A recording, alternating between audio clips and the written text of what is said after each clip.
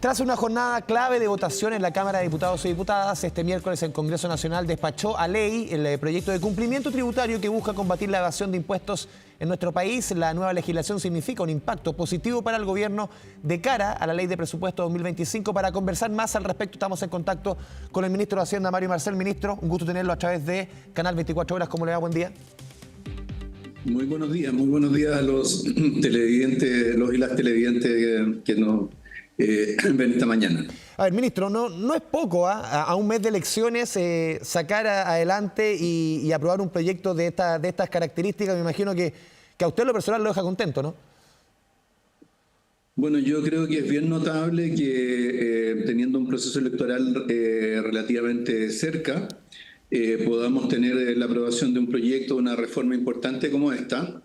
Y creo que esto habla bien de nuestro sistema político, ¿ah? Es cierto que muchas veces se formulan críticas, quejas, hay efectivamente muchas veces problemas, pero creo que este es un ejemplo muy positivo, ¿ah? De que es posible seguir trabajando aún en la proximidad de un proceso electoral, tener acuerdos transversales para aprobar un proyecto que en definitiva no solamente aporta recursos al fisco, ¿no?, sino que sobre todo genera mayor justicia en el funcionamiento del sistema tributario, en la medida que le garantiza a quienes pagan sus impuestos que van a competir en igualdad de condiciones respecto de otros que en otras circunstancias podrían estar evadiendo o eludiendo impuestos y por esa vía obtener ventajas inapropiadas. Sí, justamente, ministro, entremos en materia, entremos a hacer una bajada a través de la pantalla de quienes quizás ven estos temas como muy lejanos. ¿Cuánto se va a recaudar? ¿A dónde van esos dineros? ¿Cuándo debiese ya estar en rigor casi el 100% de las medidas que se están implementando para hacer una bajada y explicar en sencillo un tema que parece lejano, pero puede impactar y va a impactar en el día a día?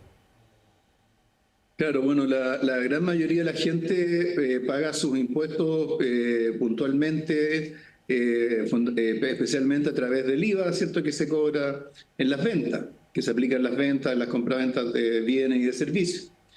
Pero hay gente que desgraciadamente evade, por ejemplo, en el caso del llamado megafraude tributario, en que se crearon empresas de papel para emitir facturas falsas y por esa vía abultar los costos de otros contribuyentes que reducían de esa manera sus utilidades para pagar impuestos a la renta. También de quienes usan resquicios legales para pagar menos impuestos. Tuvimos el caso hace poco, un fallo respecto de una empresa forestal extranjera que creó una filial financiera en Estados Unidos solo para entregar un préstamo a una filial ubicada en Chile y por esa vía pagar un impuesto del 4% en lugar del 35%. Y también hay casos en los cuales simplemente a veces por desconocimiento los contribuyentes no entregan toda la información ni pagan todos los impuestos que corresponden. Entonces son tres tipos de situaciones de las cuales este proyecto se hace cargo a través de mayores sanciones, mayor fiscalización, mayores facultades y recursos para el Servicio de Impuestos Internos y el Servicio de Aduanas. Y por otro lado también generando mecanismos para la mayor formalización de la actividad económica y para apoyar a los contribuyentes para que puedan cumplir con sus obligaciones sin exponerse a multas y sanciones. Sí, ministro, en la prensa económica han salido diversas reacciones respecto a este proyecto próximo a ser promulgado. Por ejemplo, el exdirector de presupuesto del segundo gobierno del presidente Piñera, Matías Acevedo, quien dice o tiene dudas respecto a que se vaya a recaudar lo que se dice que se va a recaudar, este 1,5% del PIB, 4.500 millones de dólares. Si se pone como ejemplo, y otros economistas también lo hacen, lo que sucedió en Bachelet 2, cuando esa reforma tributaria pretendió recaudar 3 y terminó recaudando 1,5% del PIB. ¿Son comparables? ¿Cómo responde a esas dudas respecto al futuro recaudatorio de este proyecto? Sí, yo diría que son situaciones bastante distintas porque la reforma del 2014 fue probablemente una reforma que contenía algunos elementos de control de la evasión, pero el foco estaba puesto en la reestructuración del sistema de impuestos a la renta, particularmente de la tributación de las empresas y los propietarios de las empresas. En aquel entonces, por ejemplo, se aumentó la tasa del impuesto de primera categoría a 27%. Chile quedó ubicado con una tasa bastante superior a la de otros países, y eso probablemente incidió con que al final la recaudación fuera menor a la que se esperaba, porque así como aumenta la tasa, también puede ser que las inversiones, ¿cierto?, disminuyan. Entonces, en este caso, en cambio, lo que tenemos es un proyecto que está focalizado en el control de la evasión y de la elusión, y que es el proyecto más comprensivo que ha habido en esa materia en Chile, por lo menos en los últimos 20 años. Ahora, tiempo para evaluar, ¿cierto?, cuánto se recauda, por supuesto que lo vamos a tener, y en este caso en particular, además, a diferencia de lo que fue la reforma del 2014 y otras reformas tributarias anteriores, se incluye aquí la obligación de hacer una evaluación de la implementación, de la efectividad y del impacto de esta ley al cabo de 3 años. Así que ahí va a haber un tiempo suficiente para poder evaluar si se cumplió con lo que se esperaba, qué es lo que podría haber fallado, qué resultó mejor quizás de lo que se pensaba, y entonces no vamos a tener que estar preguntándonos en 10 años más, Claro. en cierta medida lo hacemos ahora, qué pasó con la reforma del 2014. Ministro, también se han puesto algunos puntos, por ejemplo, no hay cambios radicales en leyes que combatan la informalidad. ¿Cómo responde usted?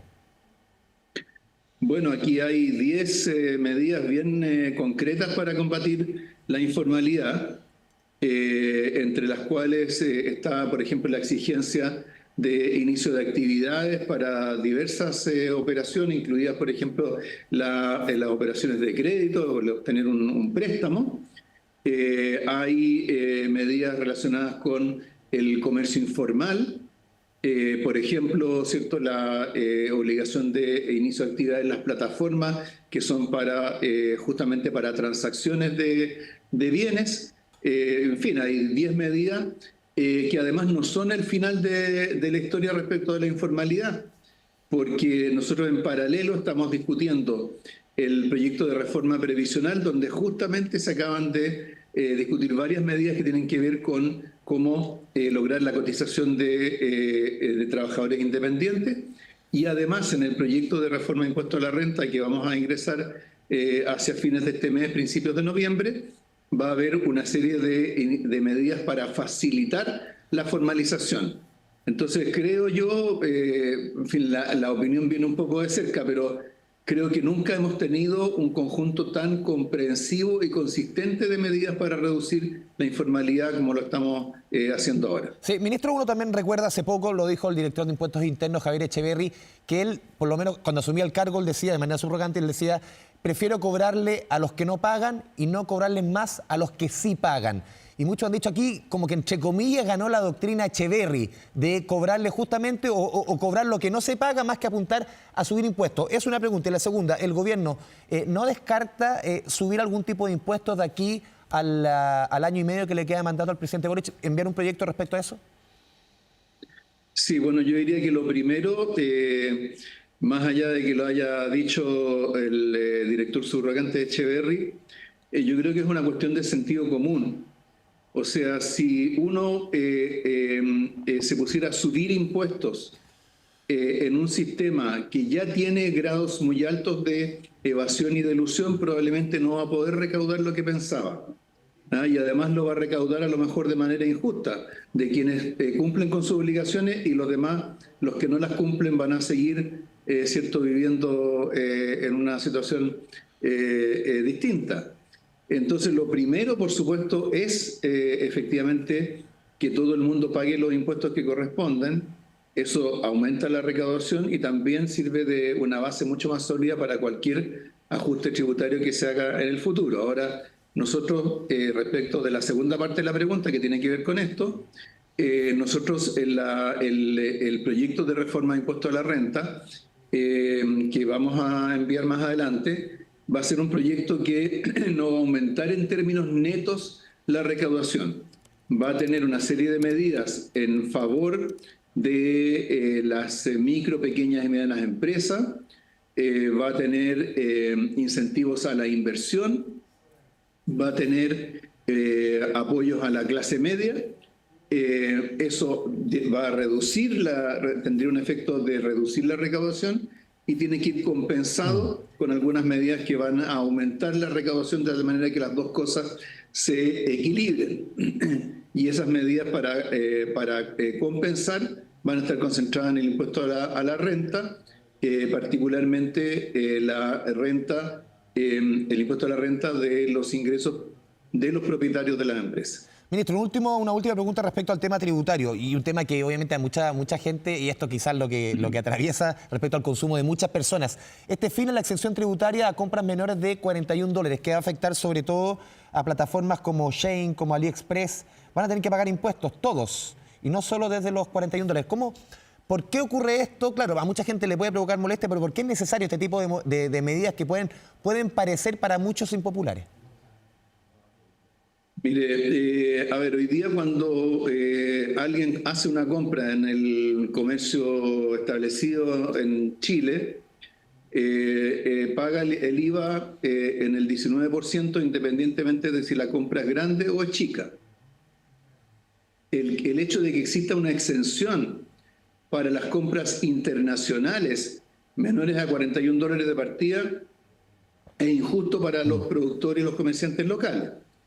Pero por otro lado, desgraciadamente, esta norma se ha terminado transformando en parte de toda una cadena de informalidad, porque desgraciadamente hay muchas personas que están continuamente haciendo importaciones por la vía de diversas plataformas de productos que después venden internamente, también sin pagar impuestos. Y simplemente para ilustrar esto, pensemos que hoy día, o sea, en el año 2023, por vía de courier se llegaron al país 20 millones de paquetes. La cifra 3 años antes era de 2 millones de paquetes. Y de esos 20 millones, el 90% viene facturado bajo $41.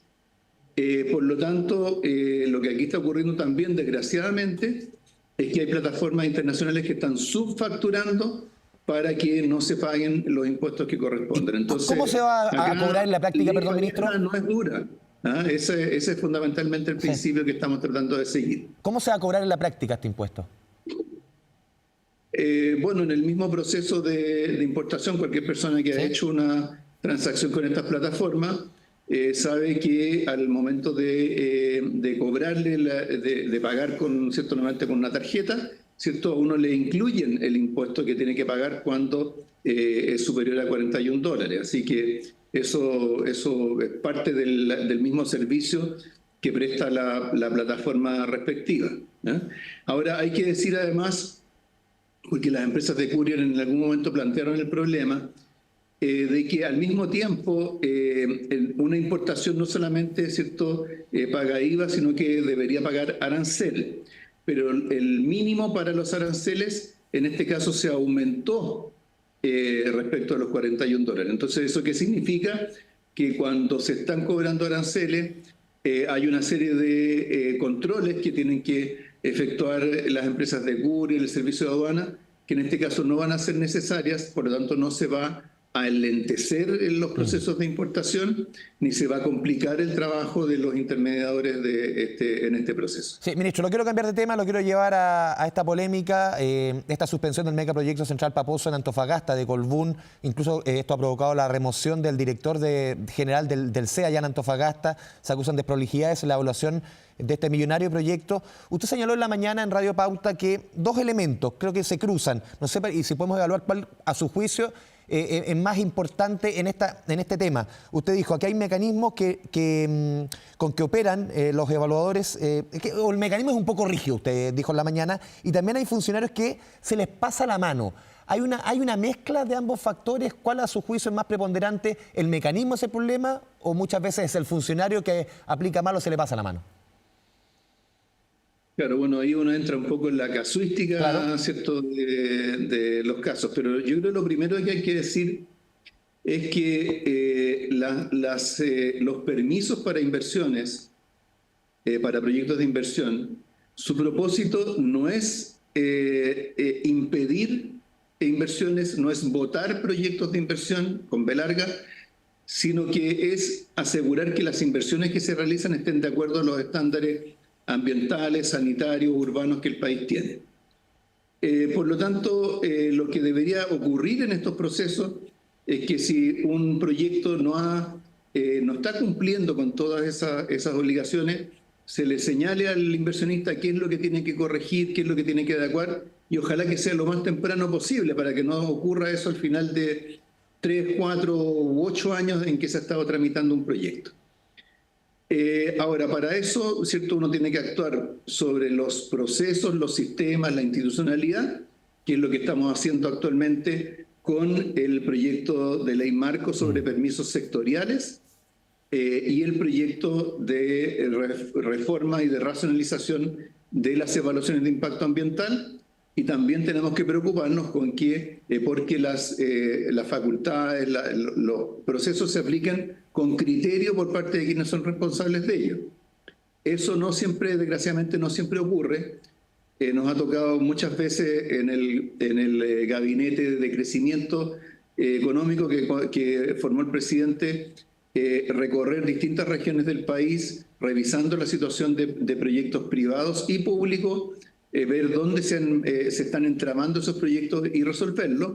Y también, cierto, si hay el caso de algún funcionario que no está actuando con el criterio suficiente, bueno, también la institución correspondiente tendrá que tomar sus decisiones. Y respecto al mecanismo que usted señalaba que es un poco rígido a su juicio.